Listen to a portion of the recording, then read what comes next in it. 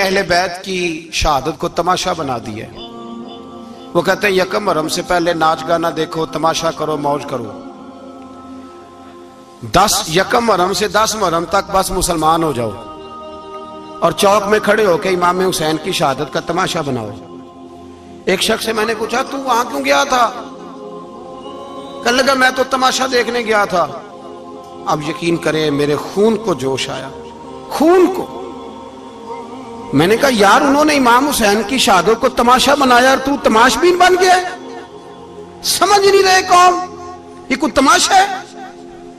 اور سر پہ ٹوپی کوئی نہیں، چہرے پہ داڑھی کوئی نہیں، بال بڑھائے ہوئے ہیں، بازاری لوگوں کی طرح گلوں میں کپڑے ڈالے، ممبروں پہ ناچتے پھرتے ہیں۔ یہ لوگ اہل بیت کا نام لیں گے جن کی شکلیں اس قابل نہیں؟ یہ لوگ اہل بیت کا ذکر دیکھیں آپ نے؟ یہ سوشل میڈیا آیا تو مجھے بھی کچھ مکروہ چہرے دیکھنے کا موقع مل گیا، ورنہ میں باز رہتا تھا۔ آپ یقین کریں وہ شکلیں اس قابل ہیں کہ امام حسین کا نام لیں؟ آپ یقین کریں میں ایسے ایسے چہرے دیکھتا ہوں کہ میرا دل نہیں کرتا یہ سیدہ پاک کا اپنی نام سے زبان سے نام لے، طبیعت نہیں مانتی۔ جس آدمی نے سر ننگا کیا ہوا دیکھیں نا آپ نے سوشل میڈیا پہ ایسے، یہ اس قابل ہے دیانتداری سے میری رعایت نہ کرنا؟ یہ شکل ہے امام حسین کا نام لینے والی؟ اور بی بی پاک کا نام جس سے مرضی سن لیتے ہو؟ میں تو بند کر دیتا ہوں کہ بند کر یار، اس کا چہرہ ہی نہیں اس قابل کہ اس سے حضرت فاطمہ کا ذکر سنا جائے۔ اس کو پتہ ہی نہیں کیسے نام لے رہا ہے حضرت فاطمہ کا۔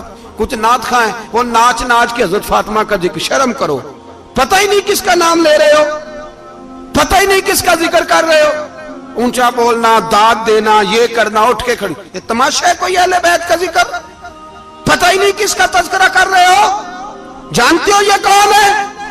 صبح قیامت میرے نبی پاک علیہ السلام نے فرمایا رب حکم دے گا قیامت کے دن، ولی نبی غوث کتب ابدال آنکھیں بند کرے، نظریں جھکائے، سر جھکائے، یا اللہ کیا ہونے والا ہے؟ فرمایا محمد کی بیٹی فاطمہ کی سواری گزرنے والی ہے، رسول کی شہزادی گزرنے والی ہے، نظریں جھکاؤ۔ پتہ ہی نہیں یہ کون ہے، کس کا ذکر کر رہے ہو اور ناچتے پھرتے ہو، خبر ہی تمہیں۔ میرے دادا مرشد مفتی اعظم ہند مولانا مصطفیٰ رضا خان اعلیٰ حضرت کے چھوٹے بیٹے، ان کا ایک مرید اپنے کسی دوست سے کہنے لگا میرے پیر مفتی اعظم ہیں۔ اس نے کہا تم سنیوں کا طریقہ ہے جس کو بناتے ہو اعظم ہی بنا دیتے ہو، امام تو اعظم، اعلیٰ حضرت تو اعلیٰ حضرت، مفتی تو مفتی ہے، تمہارا طریقہ ہے۔ اس نے کہا نہیں میرے پیر واقعی بڑے عالم ہیں۔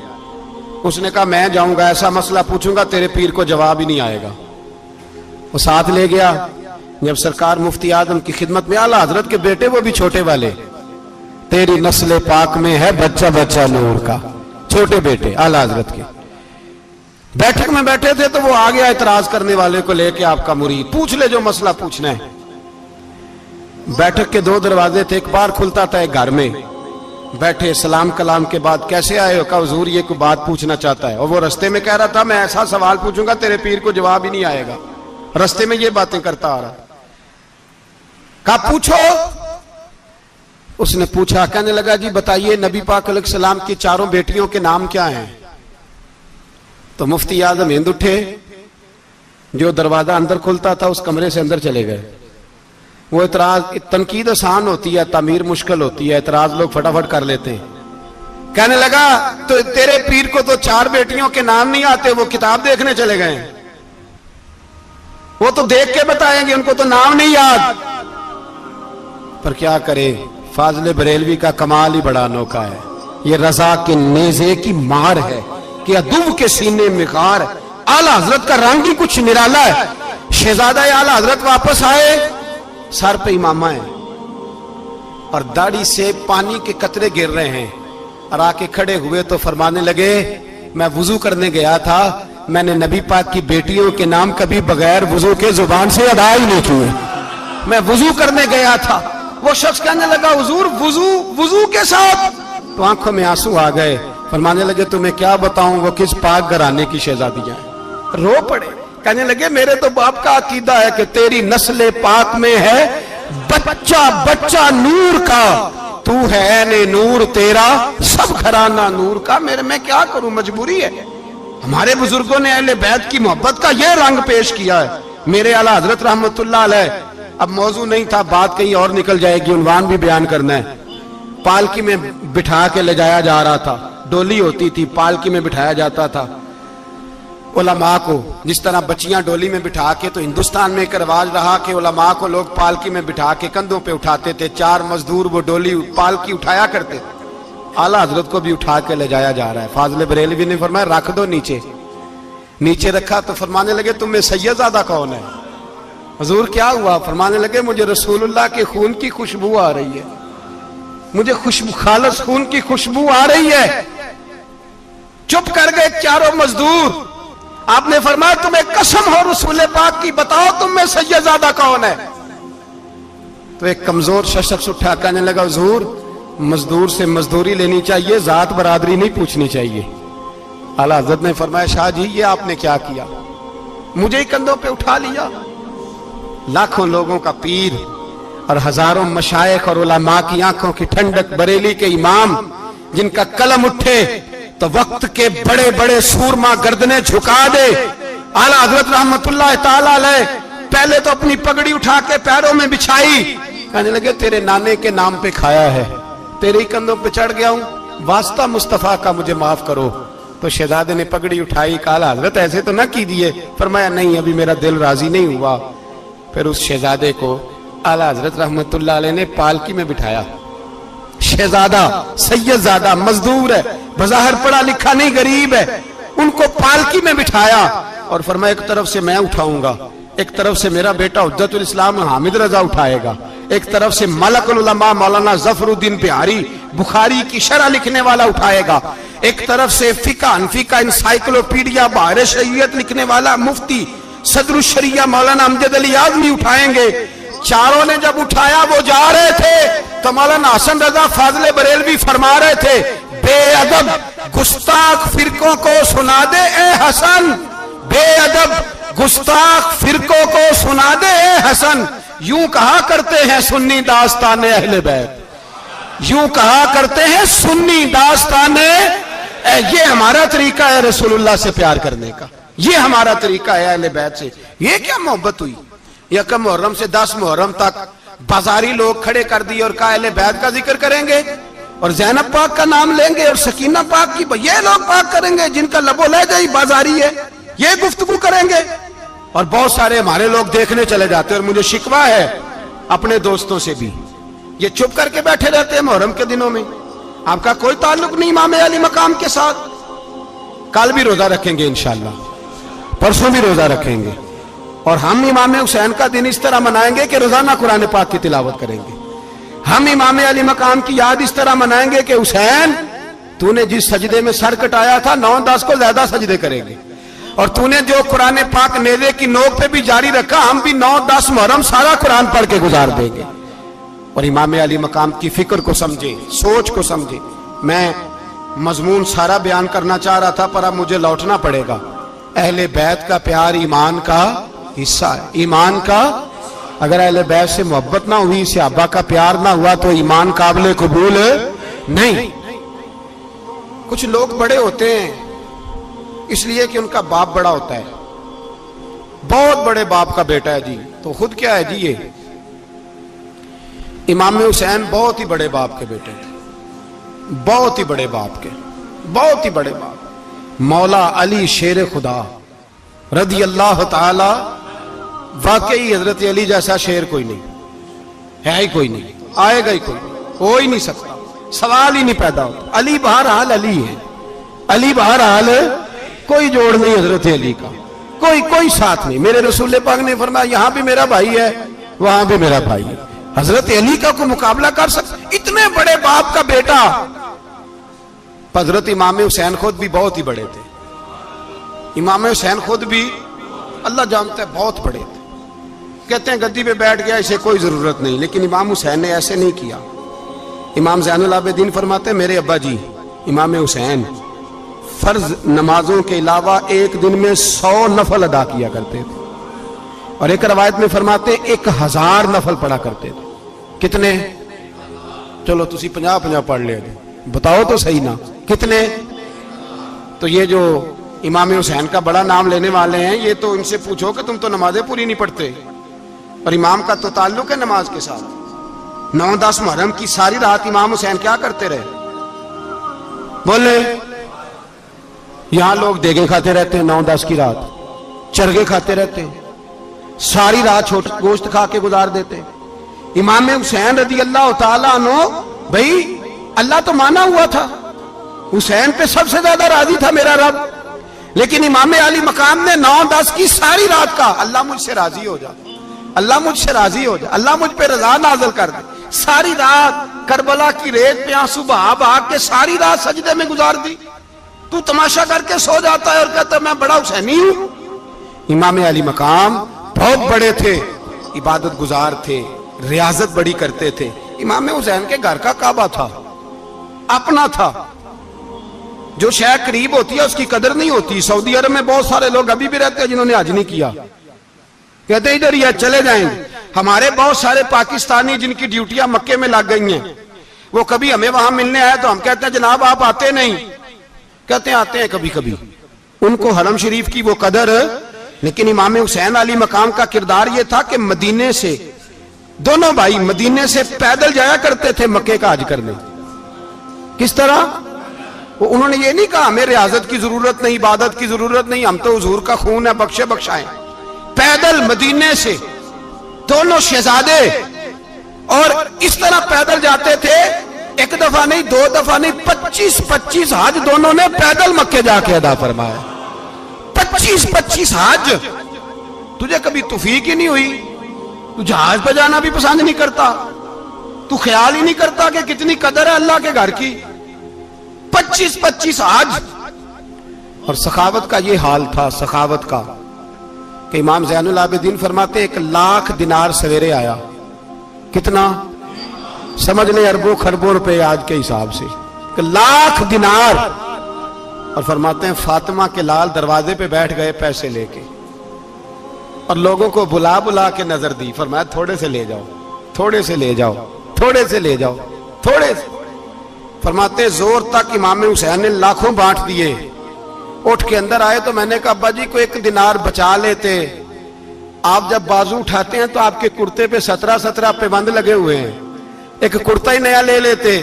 تو فرماتے میری طرف دیکھ کے کہنے لگے بیٹے یہ نہیں کہا کہ میں لے لیتا کرتا, لفظوں پہ غور کرنا.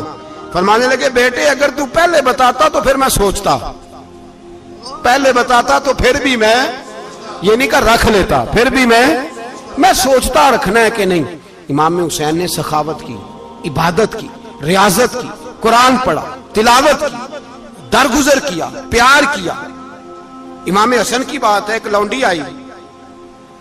ہمارے ہاں تو شہزادوں کا اللہ ہی حافظ ہے نا, شہزادے وہ کسی کے بھی ہوں.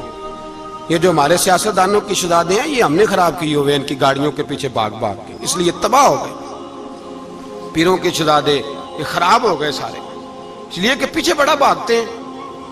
امام حسن کے پاس ایک لونڈی تھی, وہ دودھ لے کے آئی, دودھ گرم تھا, آپ کے اوپر گر گیا. اور وہ تھی بھی اسی طرح کی, اکثر کام بے دھیانی میں کرتی تھی, کنیز تھی گھر. دودھ گرا تو وہ کانپنے لگی کہ میں نے کئی غلطیاں کی, اب تو بہت سخت غلطی ہے. گرم دودھ امام پہ پڑ گیا. تو امام صاحب نے تلاوت شروع کر دی امام حسن نے, والکاظمین الغیظ والعافین عن الناس واللہ یحب المحسنین. فرمایا جو غصہ پی جائیں اور لوگوں کو معافی دے, ان سے تو اللہ محبت فرماتا ہے, ان سے تو اللہ پیار کرتا ہے.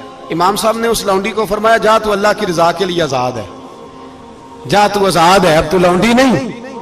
اتنا بڑا اخلاق تھا کہ جو دیکھیں نا, میرے استاد گرامی ایک دفعہ میرے گھر آئے, حضرت محدث سے باولپور سے, 3000 کتاب کے مصنف, بہت بڑے عالم. میرا چھوٹا بھائی بوتل پلانے لگا, تو بوتل دی تو کپڑوں پہ ڈال دی, استاد صاحب کا سارا جبہ بھر گیا. کہنے لگے جزاک اللہ, بارک اللہ, اللہ مزید فزید, اللہ علم دے, فضل دے. تو میں نے کان میں کہا, میں کہ استاد جی انیاں دعاواں دینیاں سنتے, میں آپ روڑ چھڑ دا. اس نے کیوں یہ کیا ہے, مگر اتنی دعائیں دینی تھی تو میں ڈال دیتا آپ کے کپڑوں پہ پانی شربت, آپ نے اتنی دعائیں دے دی. بزرگ جلال کا مزاج نہیں. وہ شہزادے ہوتے ہیں جن کی طبیعت پہ ناگوار گزرتا ہے کہ یہ کیسے ہوگا. یوں امام حسین, امام حسن نے کسی جگہ بھی شہزادے بن کے وقت نہیں گزارا, اور میرے نبی پاک نے بھی انہیں شہزادے نہیں بنایا. ہم سب کے بچے شہزادے ہیں, جتنے بھی ہم ہیں نا, میرا بچہ جی منہ سے بات نکالتا ہے تو میں پوری کر دیتا ہوں، پھر بھی نافرمان ہے۔ میں نے کہا اسی لیے نافرمان ہے، اگر آدھی پوری کرتے اور آدھی نہ کرتے تو اسے پتا ہوتا کہ کہیں صبر بھی کرنا ہے۔ ہمارا بچہ روٹی نہ پکے تو گھر میں ٹی وی بھی توڑ دیتا ہے، اس کی اماں کھانا ٹائم پہ نہ پکائے تو برتن توڑتا ہے۔ کیوں؟ ہم نے اس کی عادتیں خراب کی ہیں۔ لیکن میرے رسول پاک صلی اللہ علیہ وسلم نے جھولی اٹھا کے دعا مانگی، اے اللہ، گویا حضور کہہ رہے تھے انہوں نے کر کو کربلا میں بھی جانا ہے، فرمایا یا اللہ انہیں 3 وقت روٹی نہ دینا، 1 وقت روٹی دینا، 3 وقت نہیں، 1 وقت کی روٹی دے، 1 وقت کا کھانا دے۔ اور نبی پاک نے ٹریننگ گھر کے اندر کرائی تھی، اندر حضرت فاطمہ نے ٹریننگ کرائی تھی۔ لوگ کہتے ہیں 3 دن امام حسین پیاسے رہے، بھوکے رہے، تو میں نے کہا ٹریننگ تھی ان کی اماں کی۔ توجہ ہے میری بات پر؟ ہمارا بچہ تو 1 گھنٹہ برگر نہ ملے تو برتن توڑے، ان کی اماں کی ٹریننگ تھی، صبر حوصلہ سکھایا تھا۔ امام حسن اور حسین بیمار ہو گئے تو حضرت فاطمہ نے منت مانگی، یا اللہ میرے بچوں کو شفا دے، میں 3 روزے رکھوں گی۔ کون سی منت مانی؟ بولیے۔ ہم صرف دیکھ کی منت ہی مانتے ہیں، میں دیکھ پکاواں گا۔ ایک آدمی مجھے کہنے لگا میں نے منت مانی تھی کہ میں بکرا دوں گا اللہ کے رستے میں، اگر میرا کام ہو جائے تو کام ہو گیا، بکرے کے پیسے کوئی نہیں۔ تو میں کہا تیرے پہلا نہیں تھی پتا، میرے کو کوئی نہیں۔ کہتا اب کیا کروں؟ میں کہا اب تو دینی پڑے گی، اور اس میں بھی تحقیق باقی ہے، لیکن بات یہ ہے بھائی کہ منت یہ کیوں نہیں مانی کہ یا اللہ میرا کام ہو جائے میں 100 نفل پڑھوں گا؟ جو بھی منت مانگتا ہے وہ دیکھ کی مان لیتا ہے، بکرے کی منت ہی مانتے ہو، یہ کیوں نہیں منت مانتے کہ یا اللہ میرا کام ہو جائے تو میں پورا قرآن شریف ختم کروں گا؟ یہ ذرا پڑھنا پڑتا ہے، اس لیے عبادت کرنی پڑتی ہے، اس لیے اس کی منت ہی نہیں مانتے سرے سے۔ حضرت فاطمہ نے کیا منت مانگی؟ بچے صحیح ہو جائیں گے تو بولیے 3 روزے رکھوں گا۔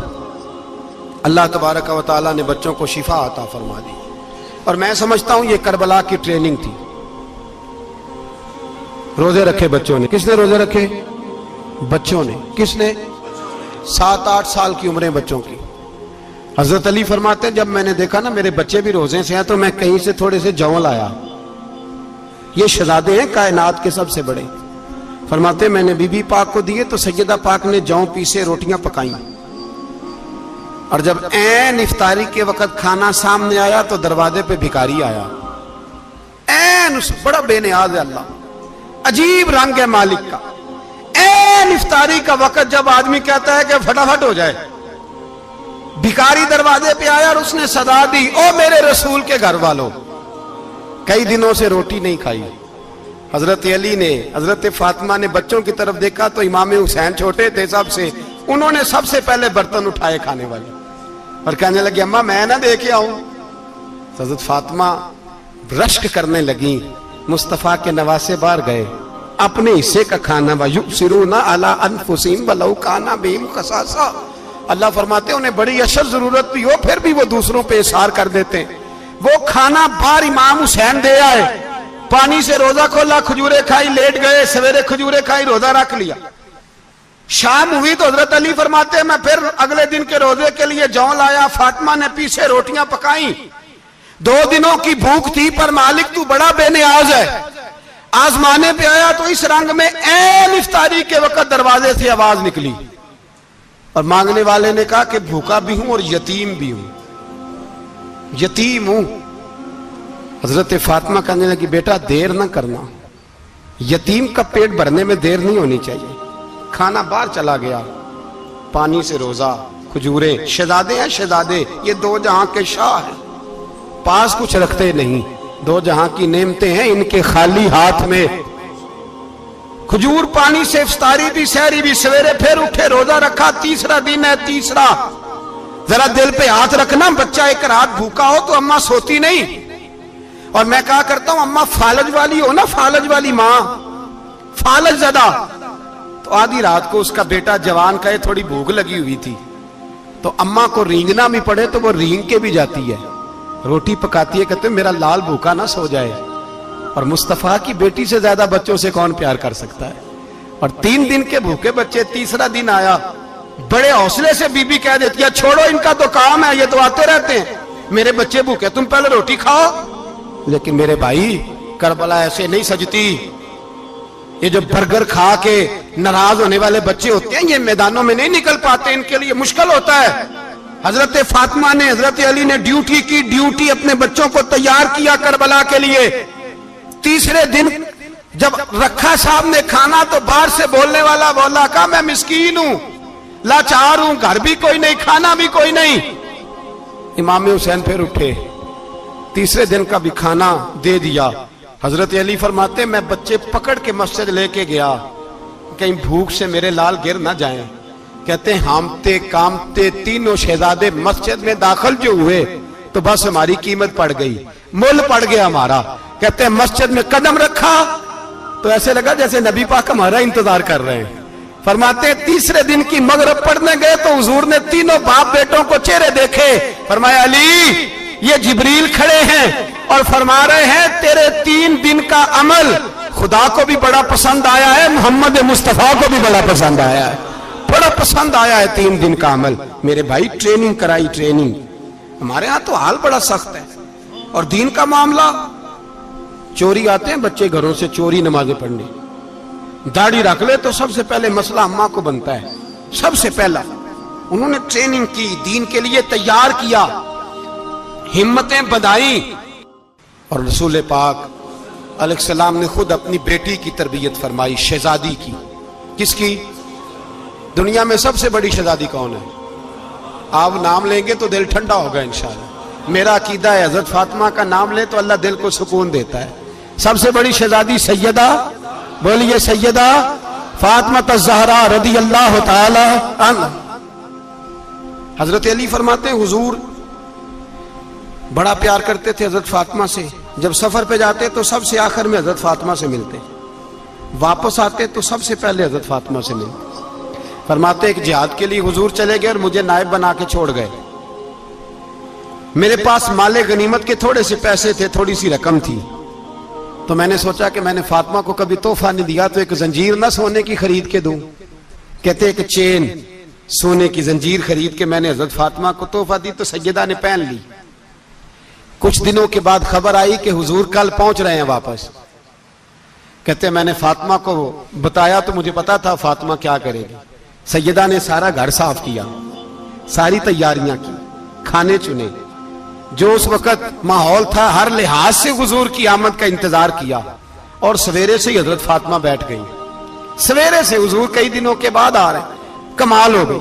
فرماتے ہیں جب محبوب تشریف لائے نا, پہلا قدم نبی پاک نے حضرت فاطمہ کے گھر کے اندر رکھا, السلام علیکم کہا, اور شیر خدا فرماتے جناب فاطمہ کو دیکھا اور نبی پاک واپس پلٹ گئے. کہتے میں نہیں تھا گھر میں واپس آیا, بی بی صاحبہ نے بتایا اور میں نے دیکھا کہ فاطمہ اس طرح روتی ہے کہ میں نے ایسا روتے کبھی دیکھا ہی نہیں. فاطمہ ہوا کیا کا پتہ کرو. حضور چلے گئے, پر بغیر ملے ہی چلے گئے. کہتی ہے میں مسجد گیا, میں نے کہا ایسا کیا ہو گیا کہ اتنا محبوب بغیر ملے رخصت ہو گئے. میں مسجد گیا اور جا کر کے میں نے دیکھا تو نبی پاک کی مسجد کے کونے میں بیٹھے. میں قریب بیٹھا, میں نے کہا یا رسول اللہ فاطمہ بڑا رو رہی ہے, کیا ہوا؟ کہتے نبی پاک کی آنکھوں میں بھی آنسو آ گئے, حضور بھی روئے. پتہ ہے نبی پاک نے کیا فرمایا؟ یہ تربیت ہے, اس طرح کربلا سجتی ہے. رسول پاک علیہ الصلوۃ والسلام نے فرمایا وہ میری بیٹی ہو کے سونا پہنتی ہے, ہر عورت کے لیے جائز ہے, کئی کلو بھی پہن لے تو شریعت منع نہیں کرتی. حضور نے فرمایا میری بیٹی ہو کے سونا پہنتی ہے. اگر فاطمہ بھی سونا پہنے گی تو امت کی غریب بیٹیاں کس کے طریقے پہ چلیں گی؟ غریب بیٹیاں کس کے طریقے؟ جو باپ مجبور ہو کے 12 بندوں کے ساتھ بیٹی کو رخصت کرے گا وہ کہہ تو سکے گا نا میں اس طرح شادی کر رہا ہوں جس طرح مصطفیٰ نے فاطمہ کی تھی, وہ کہہ تو سکے گا نا. لیکن اگر یہ بھی سونے پہنے گی تو پھر نقشے قدم کیسے متعین ہوں گے؟ حضرت شیر خدا واپس آئے, کہا فاطمہ یہ تیری چین رسول پاک کو پسند نہیں آئی. بھائی یہ حقیقتیں سمجھو. جب بچوں کے ماحول کے اندر یہ رنگ, کیسے بیٹیاں سسرال میں جا کے گزارا کریں گی جب تو جان ہی نہیں چھوڑ رہا, جب تو ان کو طریقہ سلیقہ سکھا ہی نہیں رہا. الا ماشاءاللہ کثرت کے ساتھ ماں باپ کی غلط بریفنگ ہوتی ہے, جو ہستا بستا گھر خراب ہوتا ہے اور بچے کے ماں باپ بھی تکلیف میں ہوتے ہیں, اس لیے کہ بچہ تکلیف میں ہوتا ہے. خدا را ان بچیوں کے ساتھ وہ معاملہ کریں کہ یہ اپنے گھر جا کے اگر کچھ مشکل بھی دیکھنی پڑے تو وقت گزار سکے. بھائی میرے رسول پاک علیہ السلام نے تیاری کرائی، ٹریننگ دی اور تربیت کی اپنی اہل بیت کی، اس لیے 3 دن پانی بھی بند رہا تو انہیں کوئی پریشانی. یزید نے کہا سونا لے لو، ہیرے لے لو، جواہرات لے لو، لیکن ان کی دلچسپی نہیں تھی تو ان کے قریب کوئی شے آ سکی. یہاں لوگ بکتے اس لیے ہیں کہ موج کرنے کا بڑا شوق ہے، مکان بنگلہ کاریں پجارو یہ چیزیں پریشان کرتی ہیں تو لوگ بکتے ہیں. مضمون کو سمیٹنا ہے. میں 3-4 موضوع آج بیان کرنا چاہتا تھا لیکن باتیں بس پھسل کے دائیں بائیں نکل جاتی ہیں. جو بدر کی جنگ تھی نا وہ کفر اسلام کی جنگ تھی. احد کی جنگ بول کے بتائیں. خیبر کی، خندق، کربلا نہیں، حق و باطل کی. کون سی بولیں؟ نہیں، ایک دفعہ سارے بولیں آپ کو ثواب ہوگا، کیونکہ امام حسین کو آپ حق پہ کہیں گے تو اللہ آپ کو اجر دے گا. کون سی جنگ تھی؟ ہمارے حکمران پتہ کیا کہتے ہیں مولوی ہر وقت ہمارے پیچھے پڑے رہتے ہیں، ہم نہیں مسلمان، ہم نہیں نماز پڑھتے. تمہیں تو سورت اخلاص نہیں آتی. یزید تو جمعہ پڑھایا کرتا تھا، تو جمعے کو خطبہ دیتا تھا.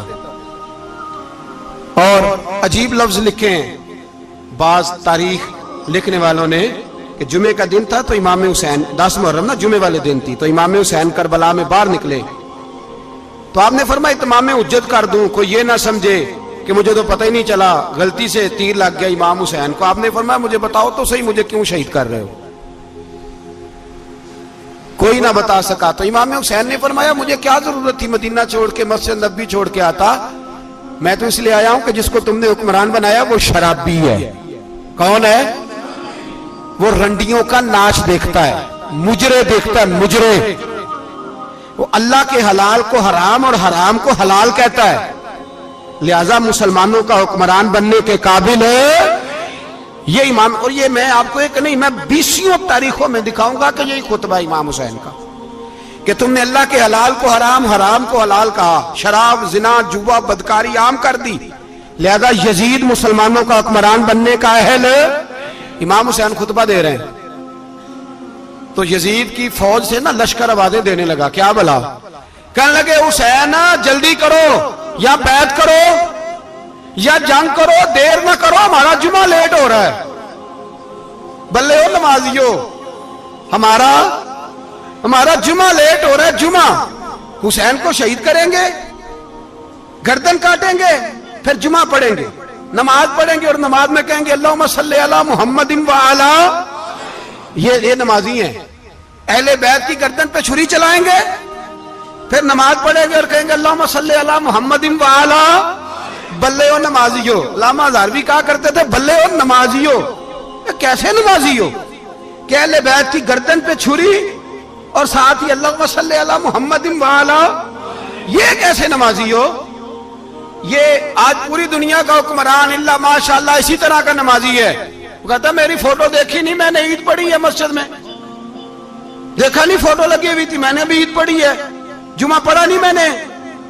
میرا بھی ابا فوت ہو جائے تو جنازہ پڑھتا ہوں، مولوی مجھے مسلمان کیوں نہیں مانتا؟ میں نے کہا یزید کو کیوں نہیں امام حسین نے مسلمان مانا؟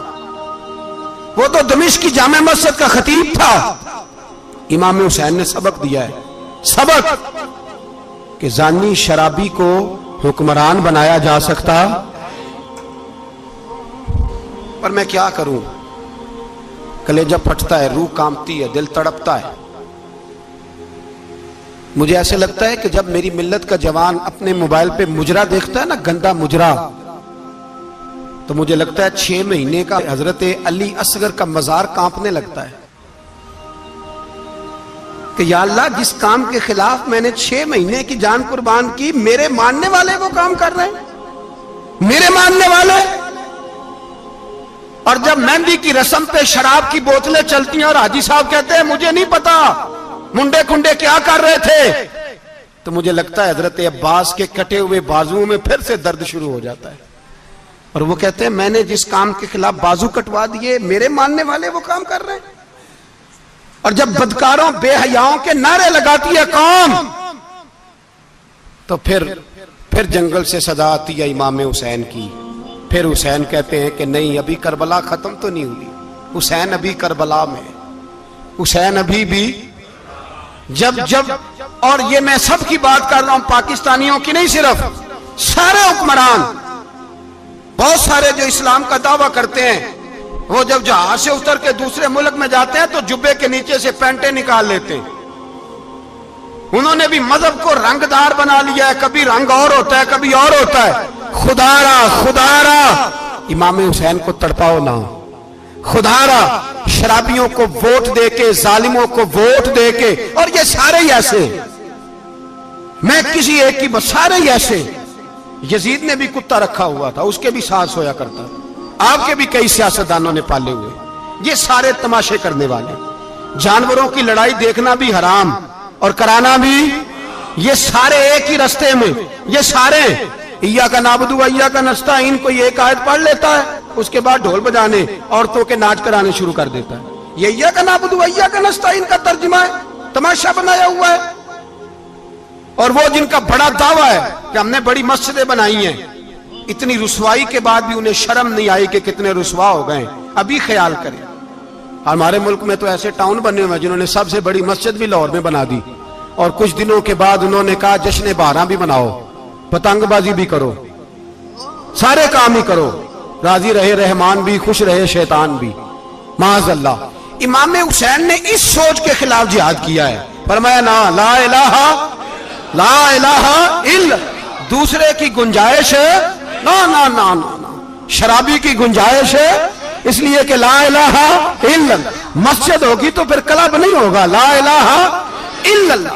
اگر اللہ کا نام ہوگا تو پھر بدکار بے حیا کی گنجائش ہے، اس لیے کہ لا الہ الا اللہ، وحدہ لا شریک، دین میں کسی گند کی گنجائش ہے ہی نہیں. یہ فکر ہے امام حسین، یہ سوچ ہے. ہمارا حکمران کہتا ہے مولوی صاحب نماز پڑھنے سے کس نے روکا ہے، سارا دن پڑھو. ہم بھی مسجد بنا کے دیتے ہیں، ہماری طرف سے 5 کلے زمین میں بناؤ، ہمیں نہ چھیڑو. شراب کباب بند نہ کراؤ. آپ دیکھ لیں دبئی کے اندر کیا ہو رہا ہے، شیخ زید اسلامک سینٹر بنا، اتنی بڑی مسجد دیکھنے کو دل کرتا ہے، لیکن چند کلومیٹر پہ کلب بھی بنا ہوا ہے، سارے تماشے. بس امام حسین نے کہا ہے کہ مسجدیں بنے گی، کلب نہیں بنیں گے. یزید کہتا تھا مسجد بھی بناؤ اور شراب خانہ بھی بناؤ. امام حسین نے فرمایا نہ، شراب خانہ نہیں بننے دوں گا. اس نے کہا ٹھیک ہے، نماز کے وقت نماز اور صبح یہ. فرمایا نا لا الہ الا اللہ. کس طرح کا امام حسین نے؟ آپ نے فرمایا خودی کا سر نہاں. اقبال ترجمہ کرتے ہیں خودی کا سر نہاں لا الہ الا اللہ، خودی کا تیغ فساں لا الہ الا اللہ. اگرچہ بت ہیں جماعت کی آستینوں میں، پر مجھے ہے حکم ازاں لا الہ الا اللہ. اور بہار ہو کے خزاں لا الہ الا اللہ. اور پھر بول پڑے اقبال اور کہنے لگے اگر یہ دور اپنے ابراہیم کی تلاش میں ہے، یہ دور اپنے ابراہیم کی تلاش میں، کیونکہ صنم کدا ہے جہاں لا الہ الا اللہ. اور اس کا ترجمہ انہوں نے کہا تھا نا یہ دور اپنے ابراہیم کی. ہمارے شہر کے بزرگ تھے شیخ عبدالصبور بیگ منشور ہزاروی علیہ رحمہ، انہوں نے ترجمہ کیا. وہ کہنے لگے اس شاہ مشرقین کی، اس نور عین کی. مجھے حضرت صاحب کا یہ شعر بڑا ہی پسند ہے، بڑا ہی پسند ہے مجھے، ان کا یہ مصرع بڑا ہی پسند ہے. اور میں ان کی قبر پہ جب ان کے انتقال کے بعد آگے بڑھا فاتحہ کے لیے تو پھر بھی میرے کانوں میں ان کا یہ فکرہ گونج رہا تھا. وہ کہا کرتے تھے اس شاہ مشرقین کی، اس نور عین کی، مطلوب ہے جہاں کو قیادت حسین کی. ہر سو یزیدیوں کا زمانے میں زور ہے، ہر سو یزیدیوں کا.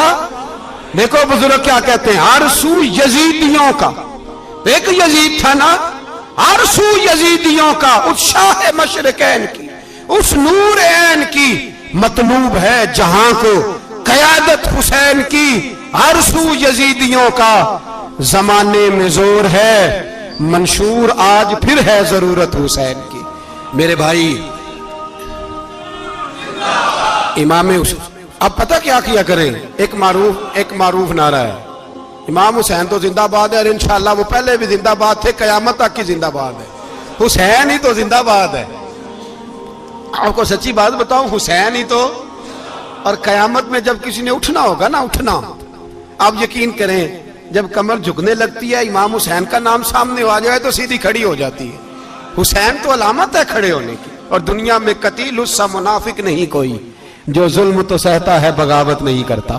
یہ امام حسین نے ہمیں بتلایا ہے کہ وہ منافق بے ایمان ہے جو ظلم سہے اور چپ کرے, یزیدی کے خلاف کھڑا نہ ہو. اس لیے ہم کہتے ہم سے نہ رقم ہوں گے قصیدے یزید کے, ہم لوگ تو حسین کے سیرت نگار ہیں. یہ کیسے زندہ باد, یہ نعرہ ضروری ہے. مرد آباد, اس نعرے کی ضرورت ہے, اس نعرے کی. حسین تو زندہ باد ہے لیکن حسینیت زندہ باد. اور مرد آباد کیا ہے؟ اس لیے کہ یزیدیت بھی مری نہیں, یزید مرا پر یزیدیت وہ سسکتی ہے, دم توڑتی ہے, پر کسی نہ کسی رنگ میں, کسی نہ کسی کی شکل میں اٹھ کھڑی ہوتی ہے. اسی لیے اقبال نے کہا ستیزہ کار رہا ہے ازل سے تا امروز, چراغ مصطفی سے شرار بولہا بھی. اس نے کہا ہر جگہ کہیں نہ کہیں حضور علیہ السلام کی روشنی سے کوئی نہ کوئی لڑنے کی. کھڑے کرو اپنے آپ کو. کیوں ظالموں کی مدد کرتے ہو؟ کیوں بے ایمانوں کے سپورٹر بنتے ہو؟ کیوں ان لوگوں کے نعرے لگاتے ہو جو یزیدی ہیں؟ حسینی بنو, حسینی بن کے زندہ رہو. کوئی کھا نہیں جائے گا, کوئی کھا نہیں جائے گا. یزید مر جایا کرتے ہیں اور حسینیت آج بھی زندہ ہے اور قیامت تک زندہ رہے گی. جو شرابی ہے, زانی ہے, بدکار ہے, اگر تو آپ کی تبلیغ پہ باز آ جائے تو ٹھیک, ورنہ آپ کا اس کے ساتھ دوستانہ رکھنا بھی حرام ہے. کیا فتویٰ دیا میں نے؟ حرام ہے, حرام. اگر آپ کا دوستانہ ہے تو پھر 9-10 محرم کو دیگ نہ پکانا چاول کی, اس لیے کہ امام حسین کو تیری بریانی کی کوئی ضرورت نہیں. تیری باسمتی اور چھوٹا گوشت سنبھال کے رکھنا گھر میں, کوئی حاجت نہیں. اگر شرابی, کبابی, زانی, بدکار سے دوستانہ ہے, اگر محلے کے غریبوں کو گالی دینے والوں کے ساتھ تیری دوستی ہے تو پھر 10 محرم کو چاول کی دیگ بالکل نہ پکانا. اس لیے کہ یہ کوئی تماشا نہیں کہ دوستی قاتل سے بھی مقتول سے یارانہ بھی, کوئی مطلب نہیں اس بات کا.